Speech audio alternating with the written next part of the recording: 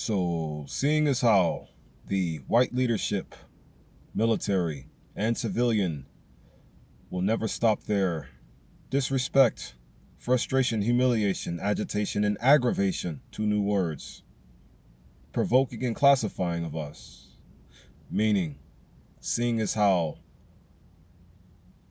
the triumvirates of oppressors in their nature, meaning the white leadership being the devil's trickery nature, the white military force being the devil's violent nature, and the white civilians being the devil's trickery nature, will not stop their 7 oppressive forces of regulation, or their 7 regulator forces. Due to this fact, I am just going to simply say another parable out loud, which may help encourage them to stop, which it won't. I'm sure we all know this by now. Nothing is going to stop them. The world is built and designed for them to disturb us and take our peace away. And it's designed for them to have the flawless techniques and whatnot that they feel like they're doing and accomplishing to disturb us.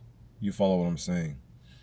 So I'm just going to say another parable out loud, which will not make them stop at all, but it may encourage an overall manifestation or reality in which they are no longer doing what they are doing to ruin our lives. You follow what I'm saying? So what's the parable here that I'm getting ready to kick to you? This parable in this video is going to be titled The Spiritual Duel Parable Revisited. The Spiritual Duel Parable. Remember, everything is in spirit. So it's going to be different from everything in the physical, but it's mildly different, because as within, so throughout, and as above, so below. The spirit is above, and everything about the spirit is above. The spirit is the electromagnetic wave, or the electromagnetic force. So what the spirit literally is, combination of the astral and all of the information thereof. Have you ever heard of Heinrich Rudolf Hertz? Born, I believe the information said, in Hamburg, Germany, February 22nd, 1857, I believe. And he died in Bonn, Germany, January 1st, the very first day of the year according to their calendar and the way they have it set up. Bonn, Germany in 1894. He lived a very short life, this Heinrich Rudolf Hertz character. But at any rate, this man, he was the first to prove another man by the name of James Clerk Maxwell's theory about electromagnetism, and that it exists, and that it is and that light and heat are electromagnetic radiations. Light and heat. Light and heat. Hertz. You ever heard of Heinrich Rudolf Hertz? What am I getting at? This here Heinrich Rudolf Hertz person who made this discovery that proved James Clerk Maxwell's theory about electromagnetism is correct and measured it and things of that nature. He used radio waves to measure electromagnetic waves. He proved that it was right, or he proved that James was right, that electromagnetism exists, and it's light and heat. You follow me? So the Hertz frequency is what's named after him. Hertz frequency. I'm mentioning this for a reason, by the way. The Hertz frequency. He is the inventor of it, or the father of it, in other words. And everything within our societal's information, like as far as measuring ultrasounds and things of that nature, we call them Hertz due to this Heinrich Rudolf Hertz fellow. You follow what I'm saying? It was all inspired by him, in other words. Hertz. What are Hertz? H-E-R-T-Z. What are Hertz? They are the SI unit of frequency. System International, French. The System International is a 7 luminous intensity time mass. It is a fundamental table that helps you measure sound waves, or any kind of wave, period. You follow what I'm saying? Well, then again, I don't want to say any kind of wave, but maybe that's what it is. I need to look more into it so I don't mislead you at all. This is another reason why I don't go heavy because I don't have all of the information that I want to have registered. I don't go heavy because of that fact. Ain't trying to look like a fool. Just trying to say what I need to say to hurry up and get me home. Home liberation. Now, the spiritual duel parable talked about Heinrich Rudolf Hertz, and also talked about the oppressive body, and there are seven oppressive regulations. The seven oppressive regulations, that's what I'm gonna call them now. And aggravate and agitate are two new words that I'm using to replace embarrass and annoy. Aggravate and agitate, what are they? Aggravate, adding insult to injury, kicking you while you're down. And agitate, annoy you. So essentially I'm not replacing them, but I am.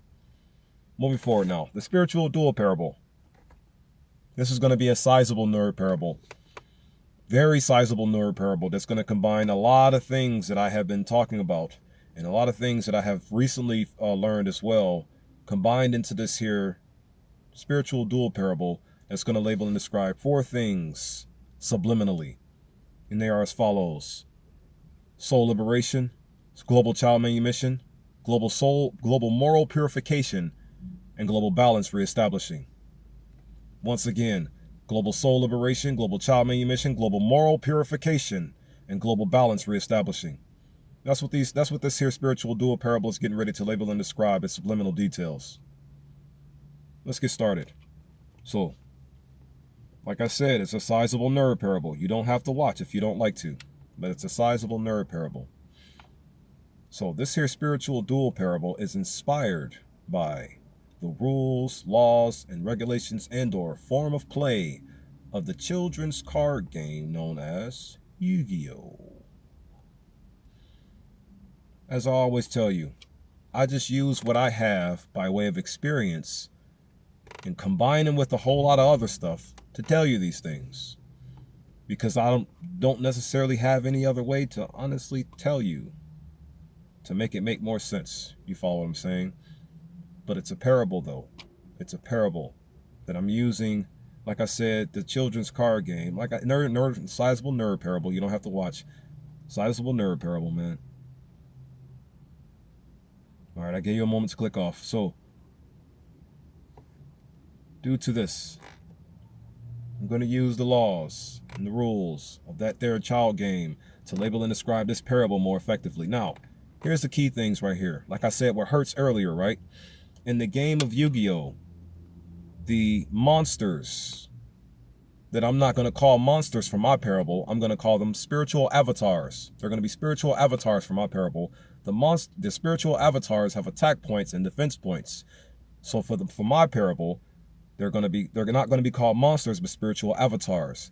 And instead of attack and defense points, it's going to be the spiritual offensive hurts and the spiritual attack hurts. You follow what I'm saying? The spiritual offense hurts and the spiritual attack hurts, not points, hurts.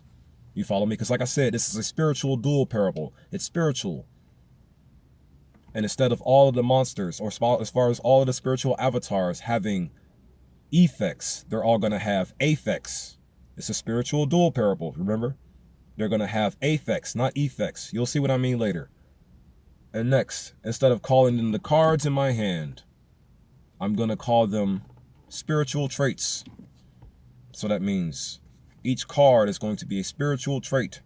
And then my hand, instead of calling it my hand, since I'm not talking about anything physical, I'm going to call them my decisions. So I'm going to have spiritual traits as decisions, or cards in my hand. Cards in my hand for my Yu-Gi-Oh! Spiritual Yu-Gi-Oh! Duel parable. Cards in my hand are going to label and describe spiritual traits as decisions. Cards in my hand mean spiritual traits as decisions. It may not make sense to you right now, but it will soon. More foundational words for the spiritual duel parable. Cards in my hand are spiritual traits as decisions. Next, the field of play. The field of play is going to be called, instead of a board or whatever the game is, just usually calls a field in Yu-Gi-Oh! That's what it's going to be called. It's going to be called the soul field for this spiritual duel parable. It's going to be called the soul field. You follow what I'm saying? And on this here soul field, the details are as follows. Just like in the real life card game, 5 rows, slots where each spiritual avatar is summoned to. then 5 back rows or slots in which all of my, because see, I'm on the source of all moral authority side. My player's avatar is called the source of all moral authority, and the oppressor side is called the source of all immoral authority. I am the source of all moral authority going against the source of all immoral authority right now currently. Meaning I, right here, the third eye. Like I said, a spiritual duel parable. You follow what I'm saying? So I, as the source of all moral authority, am going against them as the source of all immoral authority. You follow what I'm saying? Next. 5 rows, top and bottom, so 10 in total, you dig? 5 spots for the spiritual avatars can go, and 5 slots on my side will be called unity spells and advancement traps. On the opposer side will be called division spells and stagnant traps. You follow what I'm saying? That's the difference. On the source of all moral authority side, I got unity spell. I got 5 slots for unity spells and advancement traps. And on the source of all immoral authority side, on their soul field, they got 5 slots for division spells and stagnant traps. You follow what I'm saying? Now, there's 4 key things on the outside of this here 10. You got what can be labeled and described as a field zone or a field spell zone, right? In the game of Yu-Gi-Oh, you have a graveyard, then you have a fusion deck spot, and then you have a main deck spot is what they call it in Yu-Gi-Oh. Your main deck, your graveyard, then you got your field zone, and then you have your fusion deck zone. Those things, that's the entirety of the field setup there. You follow what I'm saying? There's also pendulum spaces as well, the 2 new spaces, but I'm not going to use those, so don't worry about it for right now. Next.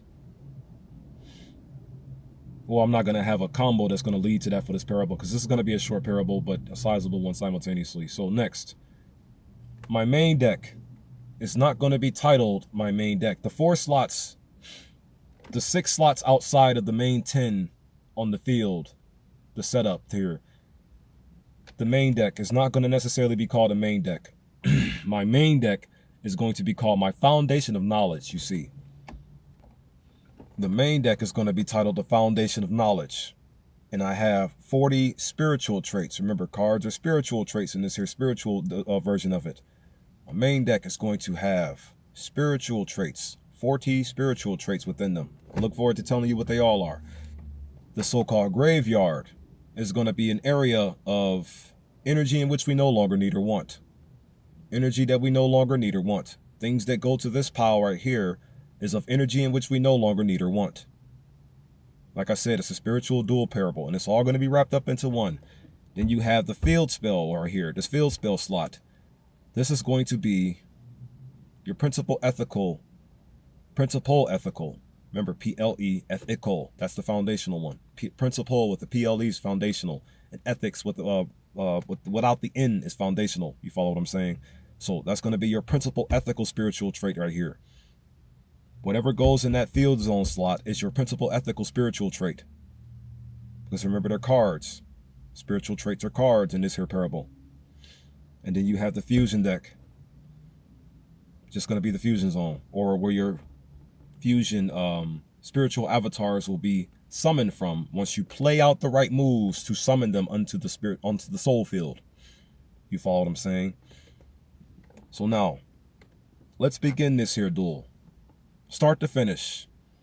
Now, in the real life game of Yu-Gi-Oh, the children's card game that I'm using to label and describe, because I have the experience of playing this game. Do I play it anymore? No, I haven't played since, for real, since middle school. I was a child when I actually started playing. Thing is, I don't play anymore. But about, I want to say 8 years ago, 6, 7, 8, 9, 10 years ago or so, whenever a friend of mine's or a brother of mine's, I don't even necessarily like to call my friends, I like to call them brothers. Brothers of mine would just pop up with the game, and they would resurface a nostalgic feeling, and we'd all just get a couple of games in, maybe. So like I said, I'm just giving you what I got. And I have experience with playing this game in my history, and I got somewhat good at it. And whatever I am good at, it don't matter what it is, no matter how embarrassing it is. I'm a 35-year-old man. The world is on fire right now, and I want to sit up here and talk about a spiritual Yu-Gi-Oh game. I'm just giving you what I got to label and describe something else. It's all code, subliminal messages. Remember the 4 that I told you about. Global soul liberation, global child manumission, global moral purification, and global balance reestablishing. So let's start now. So in the game of Yu-Gi-Oh, like I said, it's all going to be played by the rules and everything. This is spiritual Yu-Gi-Oh here. Effects are affects. Effects are affects. Attack points are hurts. Points are hurts. You still got the life points as well. In the game of Yu-Gi-Oh, I'm going to go first. Draw my 5 spiritual traits from my foundation of knowledge to my decisions. And now I got 5. Right now, currently, keep up with this number if you would. Starting off, I have 5 spiritual traits as decisions. Remember, cards in my hand equals spiritual traits as decisions. So, with my first decision, or using my first spiritual trait, I'm going to set 1 spiritual avatar from my decisions to my soul field and face down the fence position, you see. And that leaves me with 4 spiritual traits as decisions in my hand left. And guess what? I end my turn right there. Now it's the enemy's turn. It seems like I just left myself wide open, didn't I? You're just going to play 1 card and that's it? Well, I have a lot of things in my hand that can, or my decisions that I can use to stop this here enemy force when it goes for any type of kill shot. So I'm just going to wait my time so I can bait it into something else. Now it's the source of all immoral authority's turn. All I did was set 1 monster in the fence. Source of all immoral authority's turn. Draws a card though. Draws a spiritual trait, and now the enemy starts off with 6 spiritual traits as decisions at the current moment in time. First thing the enemy does, plays the principal ethical spiritual trait known as racism, you see.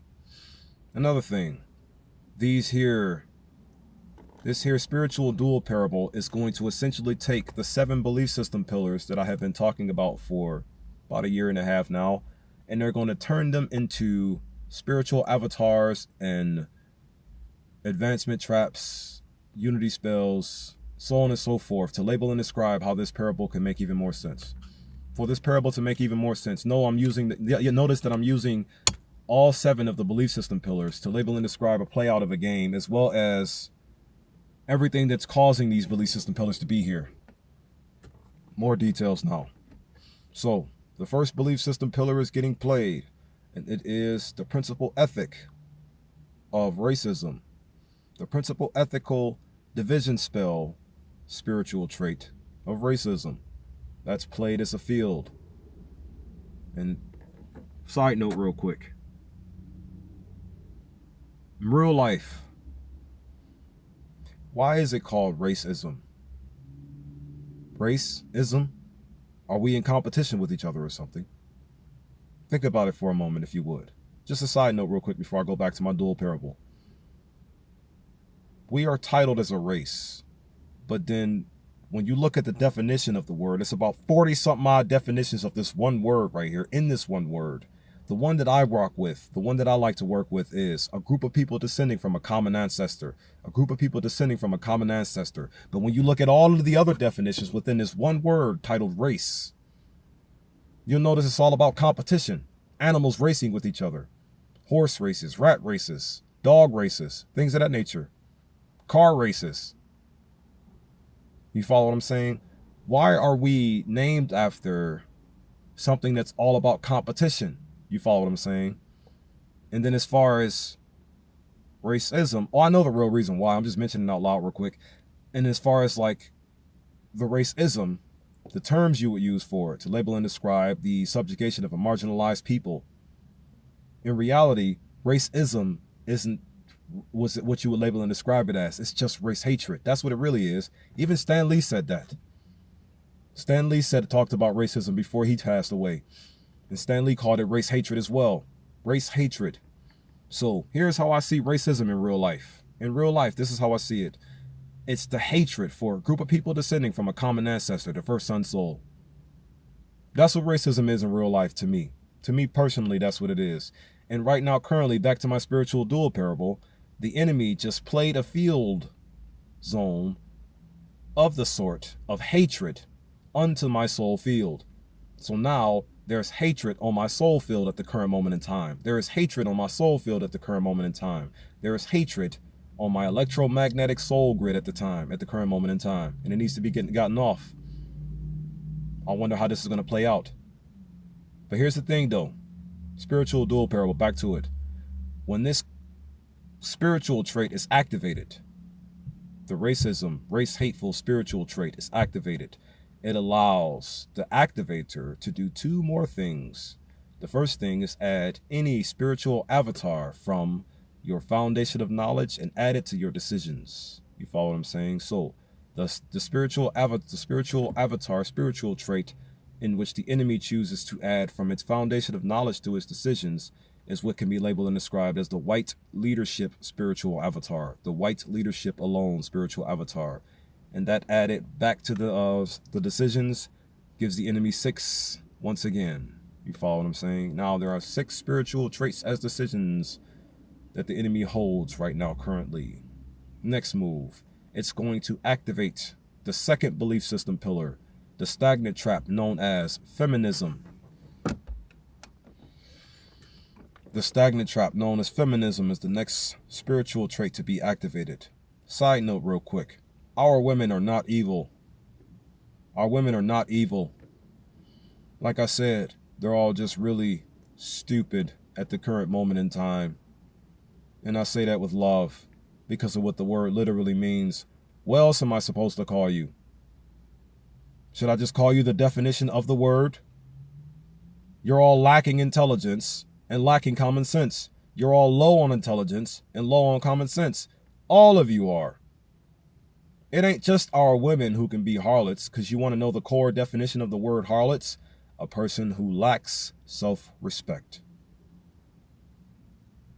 You see? So guess what? Even men can be harlots and prostitutes. Everybody can be. You were raised by the mother of harlots in this world here.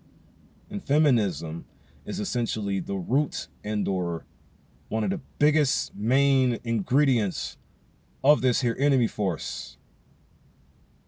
Feminism is. Back to my spiritual dual parable. I just wanted to say that out loud. Our women are not evil. They just grew up in the wrong world. Our women are not evil. They just grew up in the wrong world. Can that be fixed? Can something be done? I'm doing something now about it. Saying stuff out loud that can stop her from being the wrong way. Possibly. Maybe. We'll see though if you get it. So next, the stagnant trap of feminism is activated. And what does this do? Feminism. If you're familiar with this here game of Yu-Gi-Oh! That I've been using to label and describe my ideas here, then you'll be familiar with the spell card known as the Change of Heart. That's essentially what the feminism trap does. So it's going to target this here set spiritual avatar that I have and flip it up and reveal to the world what it is, expose it, and then take control over it and place it on its side of the field, its side of the soul field. So target flips it up. Hold on for a second. What is this card that just got flipped up and exposed? The belief system pillar of the tribes, the 6th belief system pillar. And or, just to make it sound more fruitful for what I'm really getting ready to say, not only is it the 5,000 tribes of the world, but it's also all 7 billion melanated men, women, and children on this planet as one spiritual avatar on this field right here currently. So all of us, all of we. Or just the tribes. Because when I make the rest of my combo, you'll see what I mean. So this here feminism targets this thing. Targets my spiritual avatar, you see. But here's the thing. My spiritual avatar has an affect. And what does it do? First of all, it has 3,000 hertz as defense, but it has 0 attack hertz. It has 3,000 defense hertz, but 0 attack hertz. Why does it have 3,000 defense hertz, but 0 attack hertz? Because you all do not attack anything at all. Take that how you would. So when it's flipped, it has a flip summon effect and allows me to draw 1 spiritual trait from my foundation of knowledge and add it to my decisions. You follow what I'm saying? Now I'm back to 5 spiritual traces decisions in my hand when I just played that one that gave me 4. You see, keep up with the number if you would. It's a good, it's fun math as well if you'd like to pay attention or listen to the video at all. Feminism takes control. Now it's on their side of the soul field. What's the next move? The next move, now that the enemy still has 5 spirit traits as decisions in their hand after playing that feminism card. Feminism spiritual trait. Next, it's going to pendulum scale. Pendulum scale, if you're familiar with the game, I'm going to tell you what it means. So, foul sexuality as a 3 scale, the 3rd belief system pillar. And then you have the religions, 7 scale, as the 7 belief system pillar. The foul sexual orientation and the religious belief system pillars. They need to be dismantled by any moral means necessary. The enemy is going to play them as a scale, so to speak. What do I mean by scale? In the game of Yu-Gi-Oh! In real life, when you pendulum summon, depending on how many cards that you have in your hand at the current moment in time, if you have a set scale of a 3 and like a set scale of a 7, any level of monster that you have in your hand that matches between those that number, you could just summon them once you activate the scale. Right now, the oppressive force, the source of all immoral authority, holds 3 spiritual traits as decisions in his hand. What are they? Or in its hand. And what are they? They're each level 4 spiritual avatars that are going to be summoned all at once to mop the floor with me. And what are they going to be called when they're summoned? The white leadership, the white military force, and the white civilians. Level 4, remember, 3 to 7. So that means I can summon anything from levels 4 to 6 without doing any type of extra work to summon them. You follow what I'm saying? The white leadership is the devil's trickery nature, is of the devil's trickery nature. Remember, all 3 of these things embody one individual essence's nature. You follow me? And the white leadership embodies the devil's trickery nature. The white military force embodies the devil's violent nature. And the white civilians embody the devil's subtle natures. You follow what I'm saying? Each of these 3 spiritual avatars that are now on their soul side of the field, they now have 4 spiritual avatars on their soul side of the field currently. And each of these here, spiritual avatars in which the oppressive nature just summoned, they have 15 attack hertz and 1500 defense hertz. 1500 attack hertz and 1500 defense hertz. All 3 of them do. You follow me? And they also have a special affect as well. Affect. And you'll hear what that means in a moment. So, the enemy enters into what can be labeled and described as a battle phase in the game of Yu-Gi-Oh! In real life. In this game, it's going to be spiritual battle phase. A spiritual battle phase.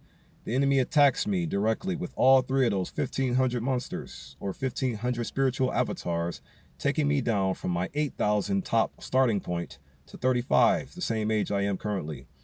35,000 or 3,500 life points is what I have left now currently. I could have stopped it, but I didn't because I didn't need to. Look at how pathetic it was. And then I know my enemy. So, the enemy now enters what can be labeled and described as a main phase 2. It has no more cards or no more spiritual traits as decisions to play anymore.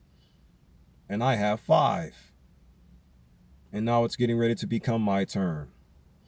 I draw from my source of foundational knowledge, 1 spiritual trait and added to my hand, and now I currently have 6 spiritual traits as decisions at the current moment in time to play.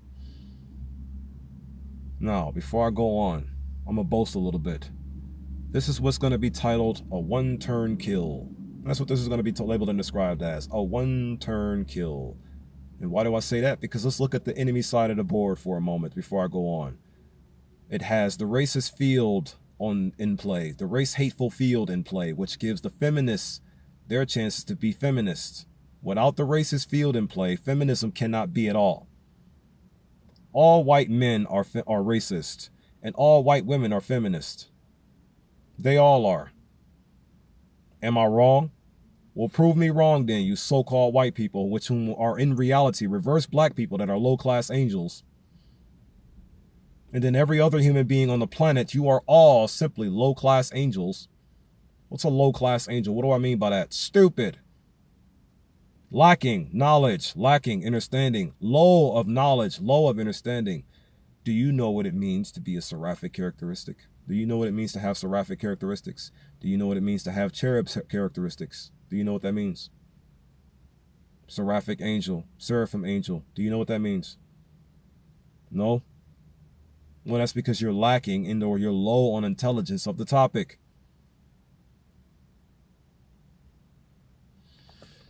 Moving forward. So, time to increase your knowledge with this here parable. In one turn kill. So I draw my spiritual trait, added to my decisions. Now I have 6 spiritual traits as decisions to play. So I'm going to start off by doing this. I summon from my decisions the Christ Father unto the soul grounds. Take this word with you if you would. To summon the Christ Father in the Spirit's house is to establish order upon the soul's grounds. Order. My Christ Father, which is Archangel Yahusha, or Archangel Yeshua, or Archangel your Jesus. You follow me? So Archangel Yahusha Yeshua gets summoned unto the soul field. Unfortunately, Archangel, meaning spiritual being. My Archangel Yahusha, it has 0 attack hurts and 0 defense hurts right now currently, because it just has effects and abilities. Now watch this.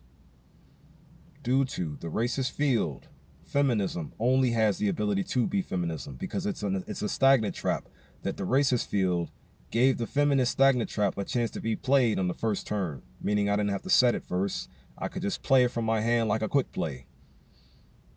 And then it flipped my card over and did everything else, you see. So, once the Christ Father is summoned onto the soul field, its special affect activates. And what is its special affect? The Christ Father, Yahusha, Archangel Yahusha, in the Spirit. What is the special affect? Love bomb.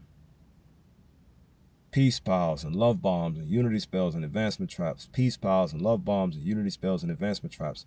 Here's all of them in one.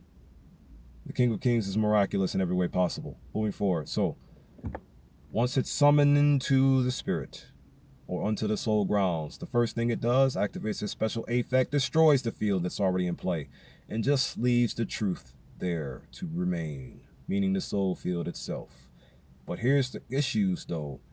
Due to that feminist, or due to that racist field being destroyed and sent to the energy in which we no longer need or want, guess what went with it? Feminism, also negated and destroyed and sent to the energy in which we no longer need or want. 2 things gone just like that. And due to feminism being gone, you want to know what ultimately happens next? The tribal belief system comes back to my side of the soul field and face up defense position. So all of that just happened from one summon and one affect. All of that just happened from one summon and one affect. But see, here's the thing, though. The King of all kings has more abilities in which he can perform. So next, when the King of Kings is summoned unto the soul field, I can then add 1 spiritual trait from my foundation of knowledge to my decision, and add it to my decisions.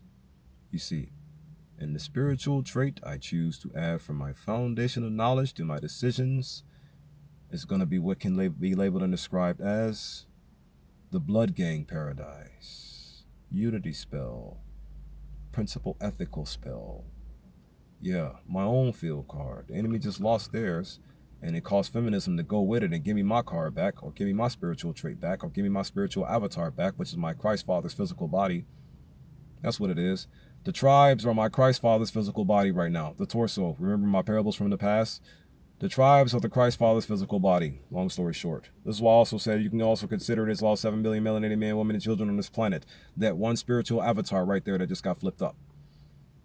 Back to me. Back home to me. You arrive. You come. Right? So I add this here Blood Gang Paradise field spell from my foundation of knowledge to my decisions.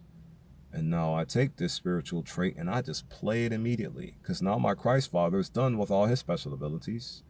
I got 2 on my side of the field now. Play this card. Now, when the Blood Gang Paradise is first played, why do I use the Blood Gang Paradise? Because it's the first gang that I have of 6 main gangs that these parables are going to inspire unity for, or unity with, worldwide faster. You follow what I'm saying? Let me see if I can make this make more sense to you. There are 33,000 gangs in this country alone, just in the United States of America alone.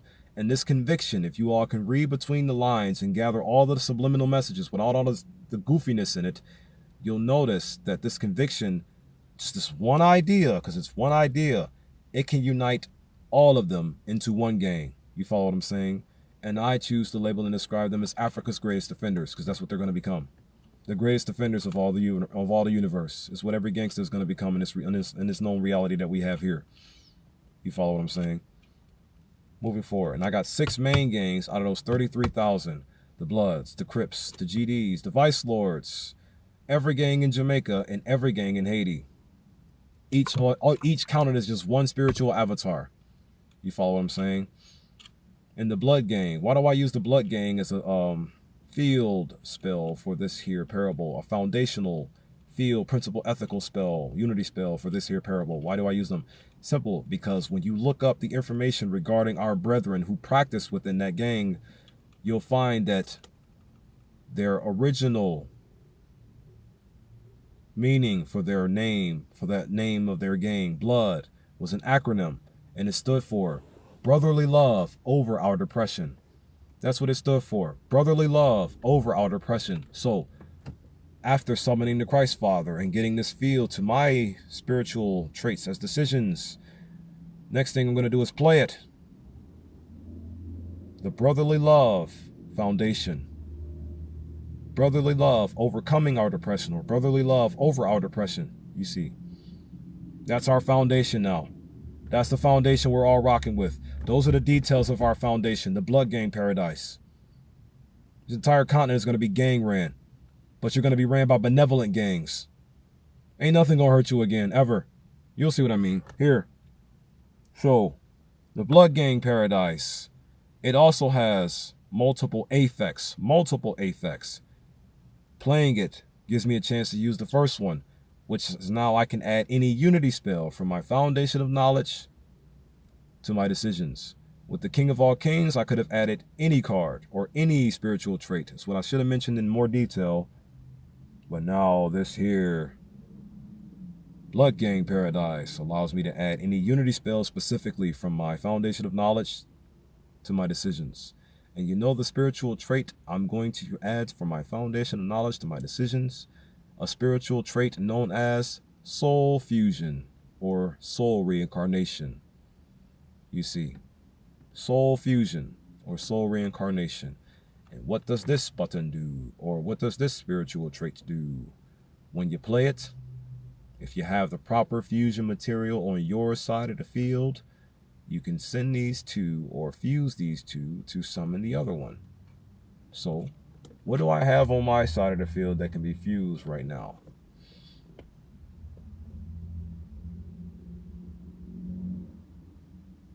The Archangel Yahusha and every melanated man, woman, and child on this planet. So, I'm going to activate the spiritual trait, soul fusion, soul reincarnation, so I can fuse together all 7 billion melanated men, women, and children on this planet, along with the natural character of balanced love. For that is what the Archangel Yeshua is.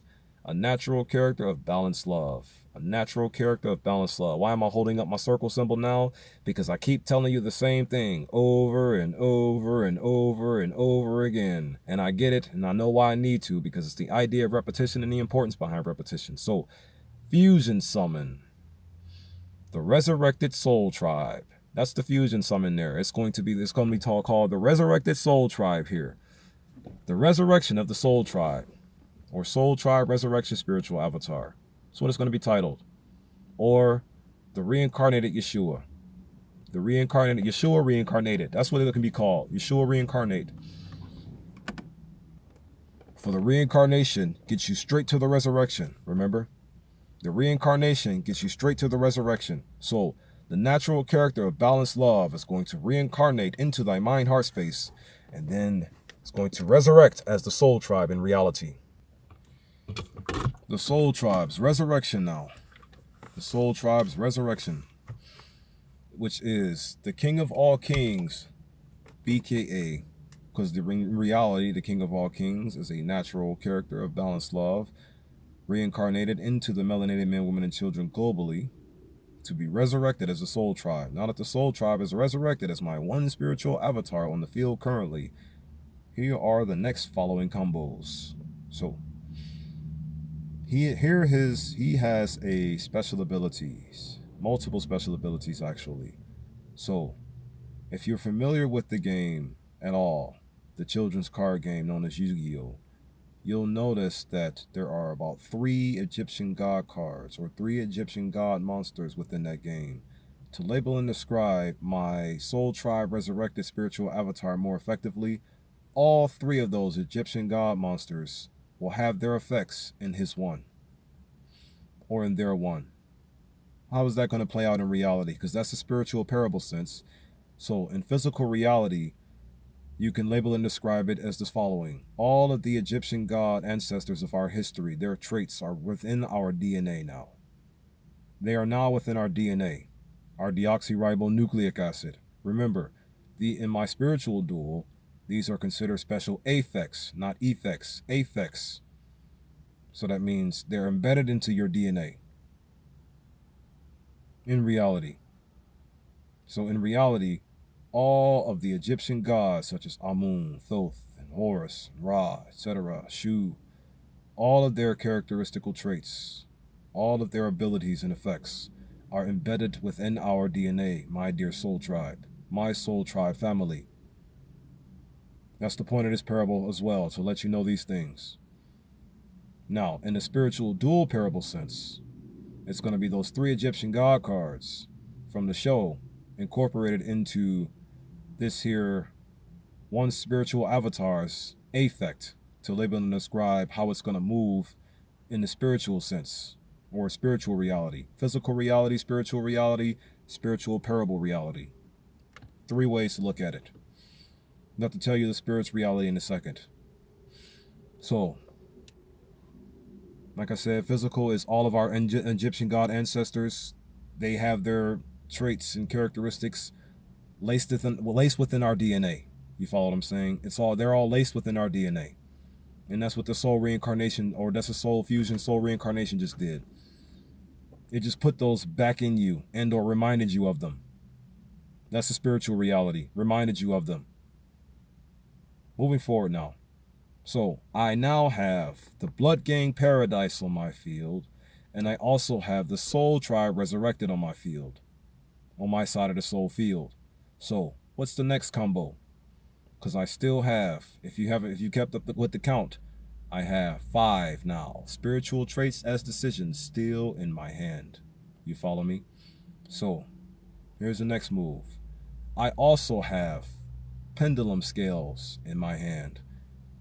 The next pendulum scale I'm going to use, the Crip Gangs, which is the 2 scale, my second gang on my list. Then you got the GDs as the 6th scale, the Gangster Disciples. Why 6th scale for the GDs? To represent the hexagram in which they use to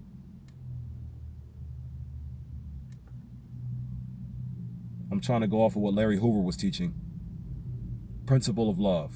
You see, the hexagram symbolizes many things, as far as like what the GDs use it for, what Larry Hoover was using it for. Our first universal law is love, duality, men and women working together in love. Think about it. The word love defines as an intense feeling of deep affection. Affection is the mental and moral qualities, or not mental and moral qualities, but affection is a mental state and emotion. A mental state and emotion. Doesn't say which one specifically, it just says a mental state and emotion. Meaning what they are by default. Did you know that love is logic and emotion working together as one thing? Did you know that? And that's why I keep telling you, that's why I'm saying now, your character is of natural, balanced love. And the hexagram in which the GDs use to symbolize their gang's unity. It's another reason why Larry Hoover used the duality of the hexagram to label and describe it. It's not some type of prison idea. It's just to label and describe an idea. Our first universal law is love. Our only universal law is love, duality. Notice how in the hexagram, there's one triangle pointing downwards for representing the feminine side, and there's one triangle pointing upwards representing the masculine side. But notice how the triangles are together in one, symbolizing the unity of the gang. Like I said, the Star of David, the hexagram, the six-pointed star. Look up the information regarding it. Back to my spiritual duel parable. So I placed the gangster disciples as the sixth scale, representing the, like I said, the six-pointed star, hexagram, Star of David. Now I have a 2 scale and a 6 scale on my soul side of the field. What's next? For I now have 3 spiritual traits as decisions left in my left in my decision making. What's next? I'm going to activate them and/or use their pendulum scale abilities.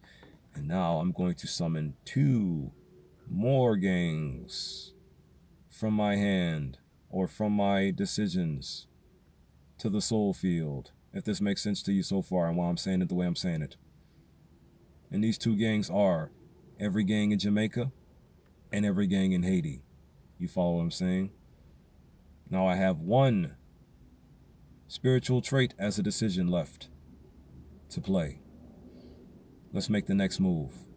So, due to the affect of the Blood Gang Paradise, if I special summon any gangster during the turn that I have this card on the soul field, or that I have this spiritual trait on the soul field here, if I play any gangster, I am then allowed to activate any advancement trap from my hand without having to set it first, just like the enemy did with its field card in feminism. You see, I'm just going to do everything the devil did to us in reverse. Genesis chapter 50 verse 20, take everything the enemy meant for evil and turn it for good. I'm just using what I got to label and describe a way I can do it. You follow me? Now, so activate the advancement trap known as the Vice Lord's Gang. And just like the enemies had a continuous stagnant trap, I got a continuous advancement trap, the Vice Lord's Gang.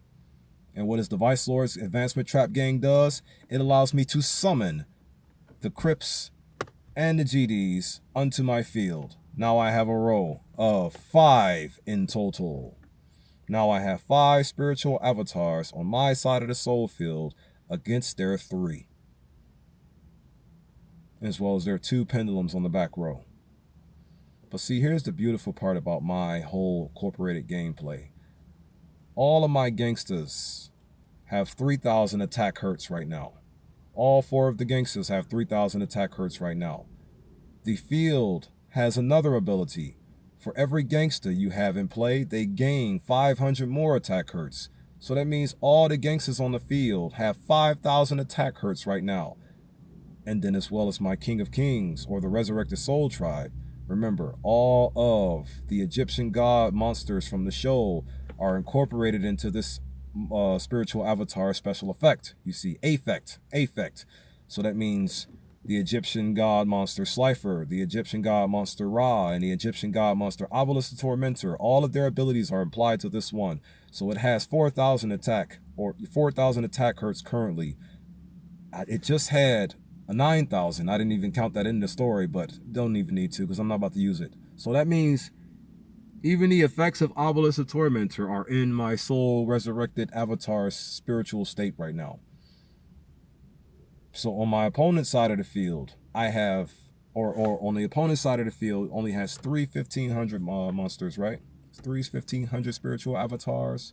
If I attack now, I'd annihilate them and win, wouldn't I?